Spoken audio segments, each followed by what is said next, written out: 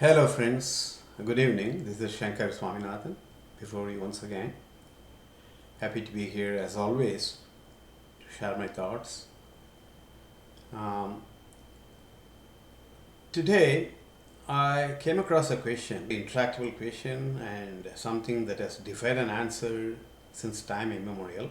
When I actually go into the question, you will know why it has actually defied an answer for so long, even by the best of minds, I'm saying. So, what is the question itself? Where do we go from here? What happens to us after our passing away, after death? But recently, I came across a very interesting video presentation on the same topic. So, that really induced me to think a little more about this, though I was always aware that it's not possible to have an intelligible answer, an answer that could be easily understood, or an answer that would have any kind of finality to it, putting the question itself at rest. So, where do we go from here? What after death? In other words, when we cease to exist in the present form, where do we go from here? The question itself is seemingly simple enough, but the answer is not so. The question could perhaps be answered only possibly through intuition and not intellect. As we see trying to explore it further, our intellectual limitations would be only exposed, and that will actually cause only further frustration because we will not be able to get an answer to that. But let's actually try to understand the nature of question and the nature of our existence. We'll try to, it's just a loud thinking, we'll just try to understand to whatever extent that we can as to what would be the nature of whatever that is actually left of us when we pass away and once we pass away. Here I have actually used the term present form. What happens when we cease to exist in the present form? The term present form, which I am using here deliberately, refers only to our own physical identity or our body in simple language. But then the pronoun we or I has much deeper connotations. While our physical form is surely a part of our whole being, whole personality, whole persona, it's not everything. Persona does not comprise only of our body. So in death, when we pass away, the only thing that ceases to exist is the body, but not the energy or the power which has driven the body, which has driven the body's functions all along, as long as we existed in this world. But my inference is basically simply based on a very simple common sense. For example, our body is like a bulb, electric bulb, right? Whereas the spiritual or the soul energy is like electricity. I'm just using a simple analogy. Electricity. Or our body is like a car, motor car, or any other machine. Whereas the soul energy is like the mechanical energy or whatever. While our body is comparable to a bulb or machine and it is tangible and can be seen, the energy cannot be seen. It can be only sensed or the effect of it felt. It cannot be seen. We all know these things anyway. But in terms of our own identity, what are we really? What do I mean when I say we cease to exist? I cease to exist. The pronouns we or I is of significance here, and it's important to understand for its true nature if it should go any further. When I talk about myself, I talk about myself only in terms of whatever material identity social identity that I see myself as a man, a woman, a father, a mother, son, friend, etc., or by the profession that I hold, whatever. So, when it is simple enough to see this in terms of just my physical being, where is the need for me to examine it further? So, most of us don't examine it further. We don't really exercise our brain because we don't really feel the need. That's perfectly understandable. That's perfectly fine. It's perfectly fine from an average man's viewpoint because we are all hemmed in by pressures from various sides. We have our own things to take care of, commitments, everything, mundane activities. So we don't really exercise our brain, which is perfectly fine. But here, I'm just trying to understand the question here, just as an intellectual exercise. Let's stretch the exploratory exercise a little further with an extended question. Is it possible for a car to run without energy? Obviously not. So similarly, how would it be possible for our mind rather than our body to function without some kind of energy being provided in some form? I'll actually talk about the interlink between the mind and body a little later, in very briefly. In a spiritual context, there is a deeper entity that provides power and energy for my mind to think. And that entity is a true self, or its nature, the true form. It would be accurate to know it as soul. Let's actually call it as soul. Soul is nothing but the deepest level of consciousness or awareness. When I say consciousness, it's not just consciousness about myself or awareness about myself. It is awareness about whatever that is around me, whatever that goes on around me. So, what is the place of mind in the whole equation? The mind, based on the inclinations and the preferences of the soul, commands the brain to act in a particular way, so thoughts and actions follow. That's the connection between the mind and the body that I actually talked about earlier. We all know that the mind and soul are intangible, while the brain is not. You can see the brain if you want to, at least doctors could see. So during death, while our brain extinguishes, the soul stays intact. Soul is supposed to be considered to be imperishable. Soul is imperishable from what we understand from religion, as I said. So, if the soul exists forever, where does it go when the machine dies? The machine, the body. When the body dies, when the body is not in existence anymore, the soul has to find a place. Where does it go? How does the energy transform itself? This question itself causes a bit of anxiety, inevitably, because this question is related, directly connected to our death, our passing away, which to think of it is always unpleasant, but the reality. So that really causes anxiety, which is perfectly natural. The possibility of death almost always creates anxiety in the minds of people. Perhaps if it is possible to get some clarity on how we should approach the issue itself, issue of the state of our existence after death, even if it is not possible to intellectually understand with any great clarity, I think that would make it easier for us to reconcile ourselves to reality and to approach the subject of death with a sense of detachment and in a more balanced frame of mind. The sense of detachment is the key here, and we may even possibly accept the reality wholeheartedly over a period of time, but it takes effort, of course.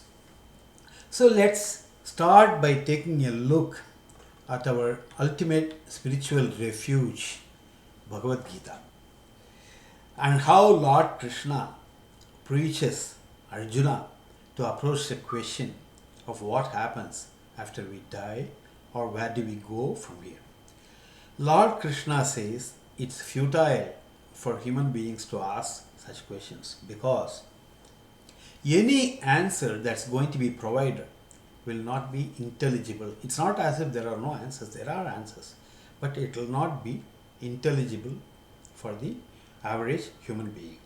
So, the only thing that is enjoined upon man is to develop faith in God and do duty as he deems fit. Don't keep asking such questions.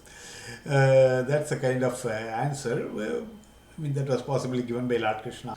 But there's no point in for you because it's a very futile exercise to be able to understand the answer if I am able to give it. So please do not ask such questions. That's what Lord Krishna, in essence, told Arjuna. Just do your duty as you deem fit. Whatever you think is your duty, keep doing it. Essentially, developing an attitude of detachment towards the results of one's actions will also help one to develop detachment towards life itself. Such detachment would not be possible without conquering one's ego. Because the ego actually makes you think everything is yours. Whatever you see is yours. Whatever that you possess today is yours. Then you develop attachment to that. Without conquering one's ego, it's not possible to develop detachment. How can, in my possible arrogance, convince myself that I can learn and understand the answer to the ultimate question, which is nature of life after death? Accepting the fact that life continues to exist, the soul continues to exist. What it amounts to essentially is that our capabilities as humans are limited and we are simply not intellectually equipped to be able to comprehend the answers which are surely there, as I said earlier. While we can endlessly break our heads to understand what happens to our soul after our death, we would only be deluding ourselves about our capacity to find the answer. And so, as such, the question itself is just not warranted. And in fact, a futile exercise. Yes, intellectual curiosity makes you ask questions, as I said earlier, so you can keep asking the questions, but there are certain questions for which the answers would not be easily comprehensible. It would be as futile as trying to walk on water in a very metaphorical sense. There are yogis who do claim that they can walk on water without drowning. True or not, we as ordinary mortals do not ever entertain the idea that we could also try to do so, because in the heart of hearts we do know that it would be impossible for us to do. So trying to understand intellectually as to what happens to us once we pass on to wherever, in whatever state, would be a very similar exercise as to be walking on water, and so not worth pursuing unless one is able to realize the nature of one's being through rigorous practices such as deep meditation, which is not for everyone. Realization is possible with deep meditation, with rigorous exercises, which is not necessarily the domain of an average man. So let's talk a bit here about Swami Vivekananda's experience as well. Swami Vivekananda was a sort of agnostic, eternally asking questions for which there were no easy, rational answers. The great master Ramakrishna made him realize that it will be strictly up to the individual to try to become one with God through rigorous meditative practices. Only such union would enable one to realize the truth for what they are, as the truth remains in a totally different realm about which we know nothing. But then there is no way even such masters can explain the ultimate state of realization to everyone in simple language. It is something like describing one's pain or state of pleasure or ecstasy which are not quantifiable. Where it is claimed pain is quantifiable or measurable, I have heard people actually saying this, which it is claimed to have been scientifically accomplished, but it is still subjective. Let me also talk a bit here about a book, Autobiography of a Yogi, written by Paramhams Yoganand. It was a New York Times bestseller once long time back, in which the seer, the Paramhams Yoganand, attempts to offer his own explanation based on his own experiences. But then such an effort is only to make us realize that it is simply beyond our capacity to understand the truth and not engage in any futile exercise. Paramahams Yoganand says his Guru Swami Yukteswar Giri resurrects himself before him in a human form a few days after his passing away from his earthly existence. Paramahams Yoganand claims to learn from Swami Yukteswar about living in the ethereal realms or astral planet as he calls it. He says after death one of the two things happen, either being reborn or elevated to the state of moksha. While my description here may not be accurate, I must say that even that explanation does not provide any conclusive clarity. So ultimately, what do we learn from all this? When I say it does not provide conclusive clarity, it's not because there is no clarity there. It's actually only because we do not have the capabilities to be able to understand, digest that such clarity for what it is, for what it truly is. It's a totally different domain, completely removed from whatever that we have seen or experienced on this earth. Engaging in this futile exercise of trying to understand intellectually as to what happens to us after we pass away is just avoidable. Should we not do it at all? Certainly we could. There is no crime in doing it, but what's the point? It's a futile exercise. When I know that it's simply beyond me to walk on water, as I said before, in the analogy I cited before, would I ever try to do so? Would I ever try to walk on water? It will not only be a futile exercise, but would also be harmful to my very existence. In this case, the only consequence would be to become even more confused and lose peace. So, what do? The only way to manage the curiosity and manage our anxiety, if at all, would be to develop faith in God and know that we would continue to live in a different form, possibly in a different place. And that kind of belief comes from the faith too. So what is the purpose of actually trying to get this answer? If at all it is possible to get this answer, what is the purpose? We have an impression that not only our curiosity would be satisfied, our anxiety would be quelled too. Maybe that's the reason why I want to know the answer. But with faith, you will be able to overcome your anxiety. So putting it in a nutshell, we don't really hold the entire sway over our own existence and do not really have any meaningful, unassailable rights over anything that we have on this earth. That is exactly the question that Lord Krishna asked Arjuna. What did you bring when you came here into the earth? What are you going to take away? So nothing is yours. Nothing is yours. Nothing is yours. Nothing is going to be yours forever. So try to develop detachment. If you don't develop detachment towards whatever you have now, when you actually lose it, you are going to be disappointed. But when you die, you don't really realize that you are losing it. But before you die, you do know that you are going to lose it. That causes a lot of anxiety. So develop detachment. Be prepared to let go of anything, if it comes to that. Developing faith is the only way to be peaceful, and keeping the ego in check is the only way to develop faith in Almighty God. I would say in general, develop faith in nature. If you don't want to call it God, you call it nature. You got it. You can actually describe it as a natural scheme of things. Just develop faith. Whatever happens for good, that's why it said, whatever happened is for good. Whatever is happening is for good. Whatever is going to happen is for good. Because you don't really realize what happens. You don't realize the purpose of what is actually happening. So when you actually develop faith, you will also be convinced that whatever that is actually happening is for good. So that's actually the ultimate conclusion.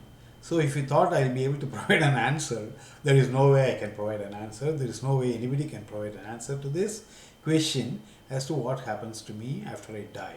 Where do I go from here? Where am I going to exist? Nothing.